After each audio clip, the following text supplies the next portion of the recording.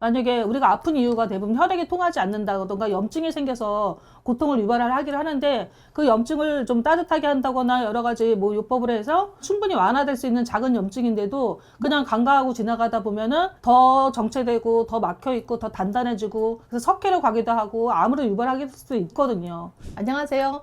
원인 없이 허리가 아프거나 어깨가 아프신 분 혹시 계시나요? 병원에 가도 사진을 찍어도 나오지 않는데 계속 원인 없이 아프다, 그런 고통을 호소하시고 저희 에스테틱을 오시는 분들이 많습니다. 간단하게 고통을 해소할 수 있는 방법이 있답니다. 한번 알아볼까요? 크게 나누려면 일단 오십견, 어깨가 이유 없이 아파서 아무리 좋은 병원을 찾아가도 2, 3년은 꼭 아파야 된다, 그렇게 위안을 삼고 치료가 안 되는 거에 대해서 당연하게 생각을 하시는데요, 사실 그렇지 않거든요. 제대로 된 관리로 오십견 충분히 나을 수 있습니다. 그리고 또 허리 통증 같은 경우에도 자세나 걸음걸이나 여러 가지가 유발이 되겠지만, 허리 통증도 수술하지 않고도 좋아지는 방법이 있어요. 알려드리고 싶어요. 무릎 통증도 많이 호소를 하세요. 나이 들면 다 연골이 닿아서 수술할 수밖에 없다, 연골이 닳아서 무릎이 아프다. 그런데 지금 제가 얘기하는 게 어깨, 허리, 무릎 이런 거에 다 공통점들이 뼈와 뼈들이 연결되는 부분들이에요. 그 부분을 관리하는 방법으로 통증을 많이 완화시킬 수 있는 방법이 있답니다. 당연하죠. 이제 연령대는 나이가 들수록 일단은 많이 쓰니까 사용에 의한 것도 있겠고, 몸이 굳어지면 굳어질수록 유연함을 잃어가기 때문에 사용하면 사용할수록 이게 연결되는 이음 부분들이 많이 부드럽지 않아지게 되는 것 같아요. 그래서 그런 부분도 있고, 또 직업군에 따라서 특히 요즘은 컴퓨터 사용이 많아서 손목을 많이 쓰시는 분들이 있어요. 특정 손가락만을 계속 쓰게 되면은 몸은 다 유기적이기 때문에 하나의 작은 불편함이 다른 통증을 유발하고 해서 계속 릴레이식으로 아픈 경우도 많습니다.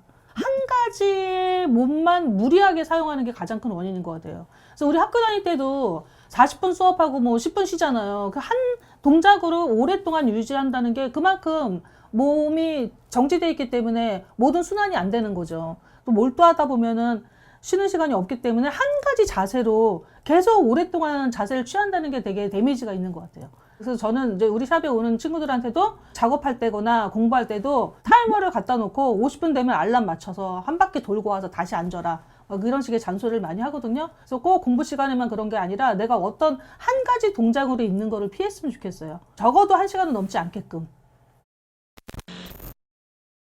왜 구부러진 나무는 혼자서 펴지 않는다는 말이 있어요. 아프다는 거는 일단 구조적으로 약간의 문제가 되고 있다라고 얘기하는 건데, 가만히 둔다고 해서 이렇게 구부러져 있던 나무가 혼자 펴지진 않잖아요. 뭔가 외부의 힘이 필요하잖아요. 그런 것처럼 내가 조금 뭔가 불편함이 있다 그러면 그 부분에 뭔가 이상이 있기 때문에 조치를 취해야지, 조치를 취하지 않으면 더 큰 문제를 야기한다고 생각을 해요. 만약에 우리가 아픈 이유가 대부분 혈액이 통하지 않는다던가 염증이 생겨서 고통을 유발하기를 하는데, 그 염증을 좀 따뜻하게 한다거나 여러 가지 뭐 요법을 해서 충분히 완화될 수 있는 작은 염증인데도 그냥 간과하고 지나가다 보면은 더 정체되고 더 막혀있고 더 단단해지고, 그래서 석회로 가기도 하고 암으로 유발하게 될 수도 있거든요. 쉽게 생각하세요. 그냥 유기체예요. 뭐 생선이나 뭐 동물처럼 우리 몸도 그렇게 생각하시면 될 것 같아요.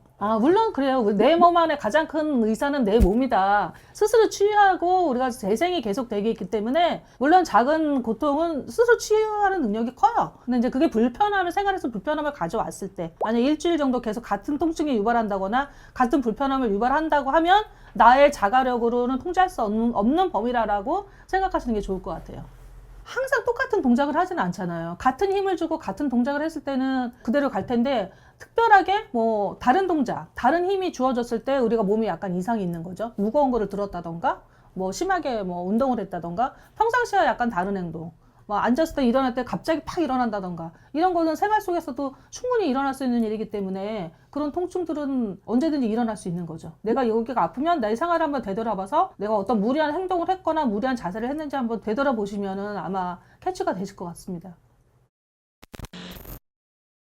만약에 이렇게 얘기하면 어느 업계에서는 저를 되게 미워하고 블레임할 수 있을 텐데요. 사실 요즘에 필라테스 되게 많이 붐이잖아요. 근데 그것도 전문가한테 운동받지 않으면 상당히 데미지가 있는 운동이에요. 왜냐하면 저희 샵에 오시는 분들 중에서도 운동하고 나서 더 아파졌다는 분이 많거든요. 물론 요즘에는 PT나 필라테스를 받고 나서 거기서 이제 이완까지 같이 시켜주시는 곳도 많더라고요. 근데 거기서 운동을 열심히 하고 나서 어깨 통증, 허리 통증으로 호소하시는 분들이 이런 샵을 와서 관리를 받으세요. 운동을 하는 건 정말 좋은데 제대로 전문적인 전문가한테 받아서 운동을 했으면 좋겠고요. 그리고 무리한 운동은 안 하시는 만 못하다. 힘이 균형적으로 들어가는 거는 괜찮아요. 뭐 무거운 거를 들 때도 우리가 앉아서 같이 일어나는 거는 무리가 없잖아요. 근데 나와 그 무거운 것과의 사이가 멀수록 힘이 균형적으로 들어가진 않아요. 그러니까 모든 움직임이 균형적으로 가면은 무리가 없는데 한쪽으로만 하는 운동, 힘의 균형이 바르지 않은 운동, 이런 것들이 통증을 유발한다고 생각합니다.